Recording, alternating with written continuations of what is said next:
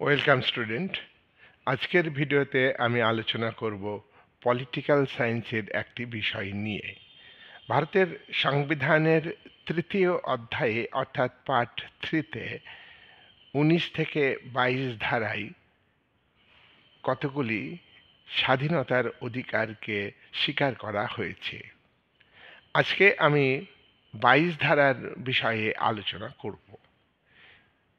22 ধারাতে অর্থাৎ সংবিধানের তৃতীয় অধ্যায়ে বা পার্ট 3-র 22 ধারাতে গ্রেপ্তার এবং আটক সম্পর্কিত বিষয় নিয়ে আলোচনা করা হয়েছে। ভারতের সংবিধানের আর্টিকেল 22 ধারায় কয়েকটা বিষয় আটক এবং গ্রেপ্তার সম্পর্কে উল্লেখ করা হয়েছে। 1 নম্বর, ভারতের কোনো ব্যক্তিকে গ্রেপ্তার ও আটক করা হলে গ্রেপ্তার ব্যক্তিকে কারণ জানাতে হবে। আটক ব্যক্তিকে কারণ না জানিয়ে আটককারী কর্তৃপক্ষ তাকে আটক রাখতে পারবে না। নাম্বার 2, 22 ধারায় উল্লেখ আছে আটক ব্যক্তিকে উকিলের মাধ্যমে আত্মপক্ষ সমর্থনের সুযোগ দিতে হবে। নাম্বার 3, আটক ব্যক্তিকে, যাকে আটক করা হয়েছে সেই ব্যক্তিকে 24 ঘন্টার মধ্যে নিকটতম ম্যাজিস্ট্রেটের আদালতে হাজির করতে হবে এবং আদালতের অনুমতি ছাড়া 24 ঘন্টার বেশি অর্থাৎ অতিরিক্ত সময় আটক ব্যক্তিকে আটক রাখতে আটক কর্তৃপক্ষ পারবে না। এটা 22(2) ধারায় উল্লেখ আছে। 4 নম্বর, শত্রুভাবাপন্ন বিদেশি এবং নিবর্তনমূলক আটক আইনে যাদের আটক করা হবে সেই ধৃত ব্যক্তিদের ক্ষেত্রে এই নিয়ম প্রযোজ্য হবে না। এটা 22(3) ধারাতে উল্লেখ আছে। তাহলে 22(2) ধারায় কি উল্লেখ আছে? আটক ব্যক্তিকে 24 ঘন্টার মধ্যে নিকটতম ম্যাজিস্ট্রেটের আদালতে হাজির করাতে হবে এবং আদালতের অনুমতি ছাড়া আটক ব্যক্তিকে আটককারী কর্তৃপক্ষ অতিরিক্ত সময় আটকে রাখতে পারবে না। 22(3) ধারায় এটা বলা হয়েছে যে প্রিভেন্টিভ ডিটেনশন অ্যাক্ট অর্থাৎ নিবর্তনমূলক আটক আইনে যাদের ধরা হবে তাদের ক্ষেত্রে যেসব নিয়মগুলো সাধারণ আটক ব্যক্তিদের ক্ষেত্রে প্রয়োগ করা যায় সেগুলি করা যাবে না। প্রিভেন্টিভ ডিটেনশনটা কি, অর্থাৎ নিবর্তনমূলক আটকটা কি? নিবর্তনমূলক আটক আইন এটা ব্যতিক্রমী আটক। এটা কোনো ব্যক্তি অপরাধের সঙ্গে জড়িত আছে, তা সেই ব্যক্তিকে নিবর্তনমূলক আটক আইনের মাধ্যমে আটক করা যাবে। বা কোনো ব্যক্তি তোমার অপরাধমূলক কাজ করতে পারে এরকম আশঙ্কা আছে, তাকে আটক করা যাবে। কিন্তু এই সব আটকের ক্ষেত্রে, নিবর্তনমূলক আটকের ক্ষেত্রে কোনো আটকের কারণ জানাতে হবে না আটককারী কর্তৃপক্ষকে। এটা ভারতবর্ষের ক্ষেত্রে নিবর্তনমূলক আটকের ক্ষেত্রে নিবর্তনমূলক আটক আইন পাশ করা হয়েছে বিভিন্ন সময়ে। ভারতবর্ষের প্রতিরক্ষার বিষয়টাকে গুরুত্ব দেওয়ার জন্যে, বৈদেশিক বিষয়কে গুরুত্ব দেওয়ার জন্যে ভারতের নিরাপত্তার জন্যে, সার্বভৌমত্বকে রক্ষা করবার জন্যে, জনশৃঙ্খলা, জনগণের মধ্যে শান্তি শৃঙ্খলা বজায় রাখার জন্যে অতি প্রয়োজনীয় দ্রব্য সরবরাহ বজায় রাখার জন্য তোমার প্রিভেন্টিভ ডিটেনশন অ্যাক্ট পাশ করা হয়েছে। এখানে এই আইন অনুযায়ী কোনো ব্যক্তিকে আটক করা হলে আটকের কারণ জানানো যাবে না।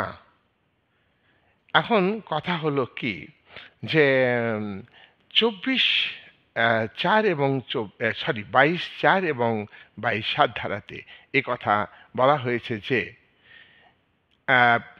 নিবর্তনমূলক আটক আইনে যাকে আটক করা হবে তাকে 3 মাসের বেশি আটক রাখা যাবে না সাধারণত। কিন্তু 3 মাসের বেশি নিবর্তনমূলক আটক আইনের মাধ্যমে কোনো ব্যক্তিকে আটক করা হলে 3 মাসের বেশি রাখতে হলে, তাকে আটক রাখতে হলে, সেক্ষেত্রে হাইকোর্টের কর্মরত ব্যক্তি বা হাইকোর্টের বিচারপতি ছিলেন, বর্তমানে বিচারপতি আছেন, বা অবসরপ্রাপ্ত বিচারপতি, হাইকোর্টের বর্তমান বিচারপতি এবং হাইকোর্টের অবসরপ্রাপ্ত বিচারপতিদের নিয়ে একটা উপদেষ্টা পর্ষদ গঠন করা হয়।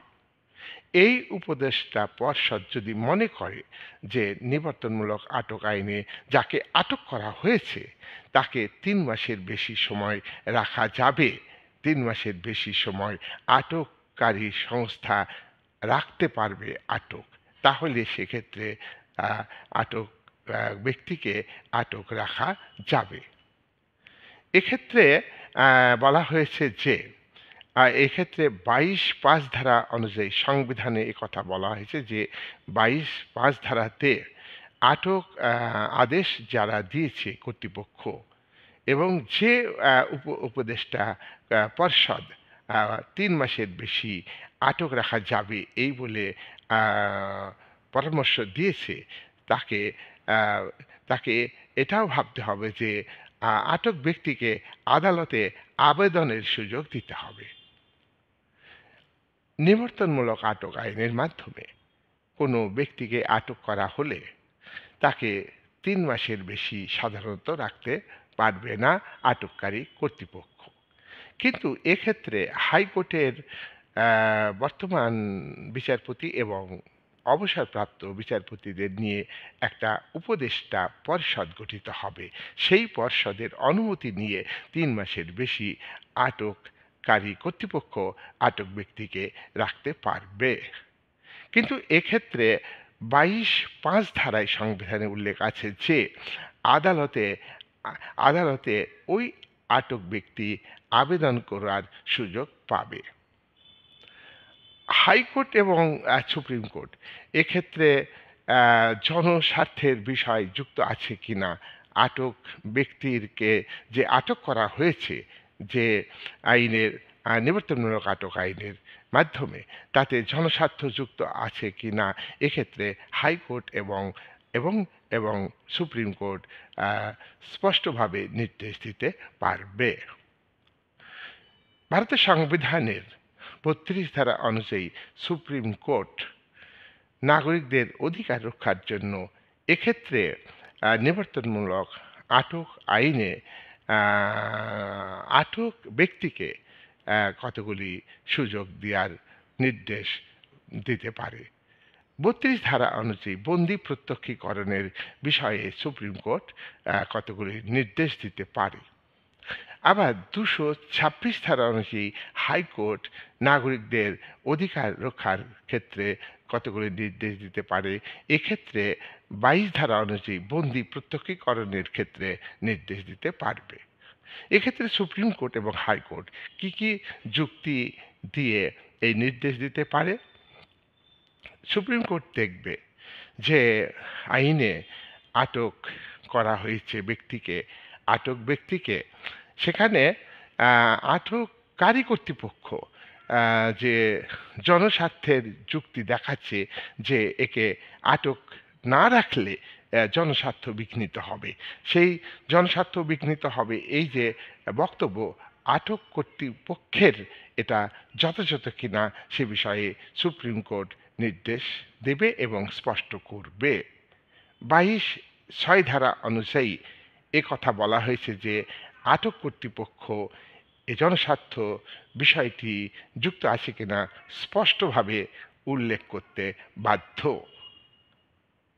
ভারতবর্ষের সংবিধানের সুপ্রিম কোর্ট এবং হাইকোর্ট বন্দি প্রত্যক্ষীকরণের ফলে যে বিষয়গুলি দেখবে সেগুলি হলো 1 নম্বর আইনের বৈধতা।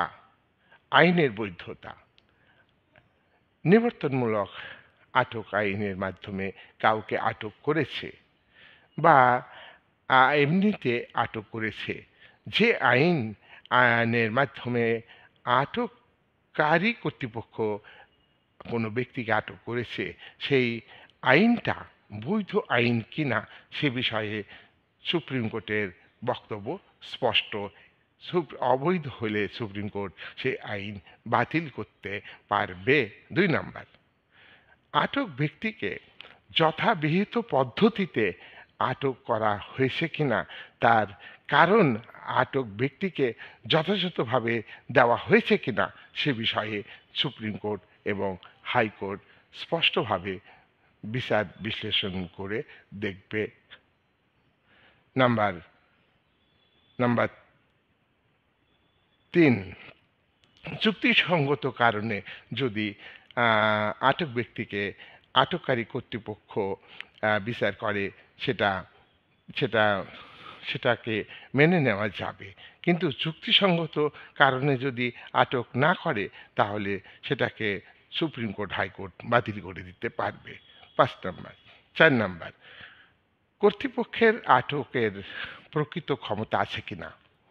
কর্তৃপক্ষ যে আটক করেছে আটক ব্যক্তিকে তার প্রকৃত ক্ষমতা আছে কিনা এটা সুপ্রিম কোর্ট হাইকোর্ট বিচার বিশ্লেষণ করে দেখবে। তাহলে আমরা দেখছি যে আটকের ব্যাপারে এবং গ্রেপ্তারের ব্যাপারে ভারতের সংবিধানের 22 ধারাতে এবং 22 ধারার কতগুলো উপধারাতে স্পষ্টভাবে উল্লেখ আছে।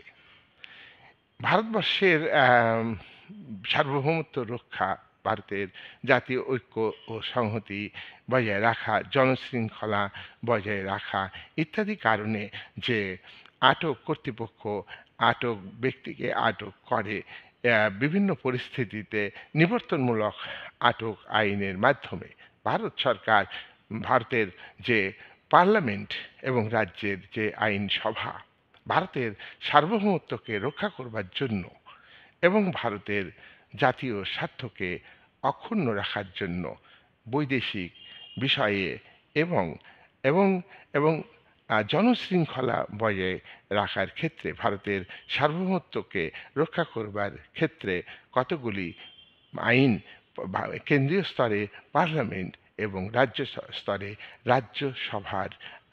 রাজ্য আইনসভাগুলি আইন তৈরি করতে পারে। এক্ষেত্রে আমরা বলতে পারি কতগুলি আইন পাশ করেছে। এ ব্যাপারে আলাদা আমি ভিডিও করব। আজকে আমি কয়েকটা উদাহরণ দিচ্ছি। বিভিন্ন ধরনের নিবর্তনমূলক আটক আইন পাশ হয়েছে, তার ফুল ফর্ম এবং তার ব্যাখ্যা অন্য একটা ভিডিওতে দেব। যেমন আমি উদাহরণ দিই, এই ধরনের আইন পার্লামেন্ট তৈরি করেছে, ইন্ডিয়ান পার্লামেন্ট। নাসা, যেমন নাসা ফুল ফর্ম হচ্ছে ন্যাশনাল সিকিউরিটি অ্যাক্ট, 1980 সালে এটা পাশ হয়েছে। পোটা, প্রিভেনশন অফ টেররিজম অ্যাক্ট, সন্ত্রাস দমনের ক্ষেত্রে 2002 এটা পাশ করা হয়েছে। টাডা পাশ করা হয়েছে, মিসা পাশ করা হয়েছে, পার্লামেন্ট পাশ করেছে। তাহলে আমরা আজকের যে ভিডিও সেই ভিডিওর মূল কথা আমরা তুলে ধরলাম। আমরা ভালো করে ভিডিওটা দেখব।